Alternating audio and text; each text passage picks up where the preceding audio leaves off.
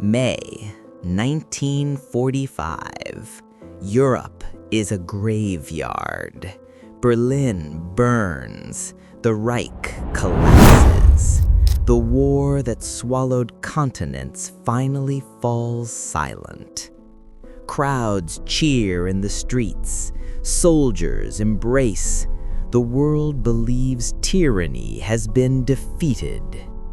But beneath the rubble, in airless bunkers, in empty laboratories, in tunnels carved by slaves, another war is already beginning. A war not fought with tanks or guns, but with minds. Because the United States and the Soviet Union, former allies only hours ago, suddenly see the same terrifying truth. Whoever captures Germany's scientists will capture the future. Rocket engineers, chemical weapons experts, aviation visionaries, surgeons and physicists and mathematicians, men whose brilliance murdered millions, men whose knowledge could shape centuries. The Americans give this hunt a name: Operation Paperclip, a quiet, invisible pact between morality and power. A deal so dark, it helped build the American empire on the shoulders of the people the world wanted erased. When Allied troops pushed into Germany, they expected broken weapons, empty bunkers, scattered documents. Instead, they found terror masquerading as genius. Jet aircraft a generation ahead of the West, guided missiles, nerve agents capable of exterminating cities, engines powerful enough to touch the edge of space. But one discovery dwarfed all the rest: the V-2 rocket, the world's first ballistic missile. A weapon that roared through the stratosphere, fell faster than sound, and left London burning. Its architect was a man with a smile like a movie star, and an SS uniform tailored to perfection. Wernher Braun. Brilliant, charming, dangerous. A man who dreamed of going to space and didn't care how many died to get him there. Under the mountains at Mittelwerk, tens of thousands of slaves were worked to death building his rockets. The Allies saw mass graves. The scientists saw blueprints. And in Washington, a frightening question formed. If America didn't take von Braun, would Stalin? The race didn't wait for treaties. It didn't wait for justice. It barely waited for the dead to be buried. Because the future, the real future, was up for grabs. On paper, the United States outlawed hiring Nazi Party members. But on paper, wars are also clean, and wars are never clean. Behind closed doors, the newly formed OSS, the ancestor of the CIA, began rewriting reality. Dossiers were corrected. SS memberships were erased. War crimes became unverified allegations. And the men who helped build Hitler's war engine were quietly escorted to American bases with new identities. Over 1,600 Nazi scientists, Rocket teams, chemical weapons experts, biologists, psychiatric researchers, aerospace pioneers, intelligence specialists, the brightest and darkest minds of the Third Reich, now lived in Texas, Alabama, Ohio, New Mexico. Some had tortured prisoners. Some had executed them. Some had used them as lab rats. But the Cold War had already begun. And in Washington's mind, America wasn't hiring Nazis. It was hiring the future. It was the moment morality became negotiable. In Huntsville, Alabama, the rocket men, led by Wernher Braun, began designing America's next generation of missiles. They built the Redstone, the Jupiter, the Saturn, weapons capable of reaching outer space or Moscow. To America, they were heroes. To history, they were something far more complicated. But Wernher Braun was only the beginning.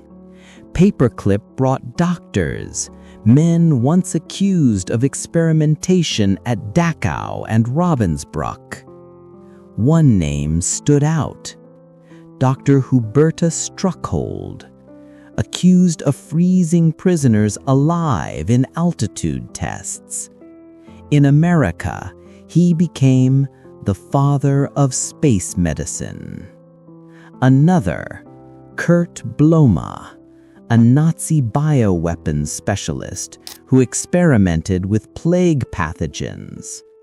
In America, he avoided prison and later advised U.S. germ warfare projects. The secrets of the Reich became the foundation of the Pentagon. Chemical warfare, mind control experiments, jet engines, ballistic missiles, cold weather survival, high-altitude physiology, rocket propulsion. The dark science built for domination was reborn as the science of American power. And the victims, the tens of thousands who died building rockets in tunnels, were buried not only underground, but under classified stamps. Then came 1957, Sputnik, a metallic sphere no bigger than a beach ball, but it detonated like a psychological bomb. The Soviets were ahead. The world panicked. The United States humiliated. And the government turned to the only man who could save them: Wernher Braun. Within 3 years, Braun launched America's first satellite. Within a decade, his Saturn V carried men beyond Earth. And on July 20th, 1969, when 2 American astronauts stepped onto the moon, they were standing on a machine built by men who once served Adolf Hitler. It was humanity's proudest moment and its most uncomfortable paradox, because the rocket that symbolized freedom was born in a Nazi weapons lab. Operation Paperclip didn't just help win the space race. It built the backbone of America's modern military-industrial empire. The ICBMs that defined Cold War strategy were direct descendants of German V-2s. The jets that dominated the skies of Korea and Vietnam were engineered using German aerodynamic research. and even the CIA's darkest projects, including MK Ultra, drew from Nazi experiments in trauma, hypnosis, and psychological manipulation. And it wasn't just the US. The Soviets captured their own army of German engineers, more than 2,000 of them, led by Helmut Grotrup. Their rockets launched Yuri Gagarin, the first man in space. The space race was celebrated as democracy versus communism. But beneath the flags, it was the Third Reich scientists competing against each other from opposite sides of the Iron Curtain. Paperclip reshaped America's identity. We like to tell ourselves we defeated evil by being good. But the truth is more complicated. We defeated evil by using its tools. And the cost was a silence that lasted generations. Von Braun died a national hero. Buildings were named after Struthold. Many paperclip files remain classified even today. Because some truths shake the foundations of nations. History loves clean heroes. It craves simple stories, good versus evil, light versus darkness. But the world is not simple. America didn't merely defeat the Nazis. It absorbed them. Their brilliance, their ambition, their willingness to erase morality in the name of progress. That bargain, forged in the ashes of Berlin, still echoes today. Every missile silo, every satellite in orbit, every spacecraft that ventures into the unknown carries a shadow. Operation Paperclip was the dark deal that built America's power. A victory paid for with a piece of the nation's soul.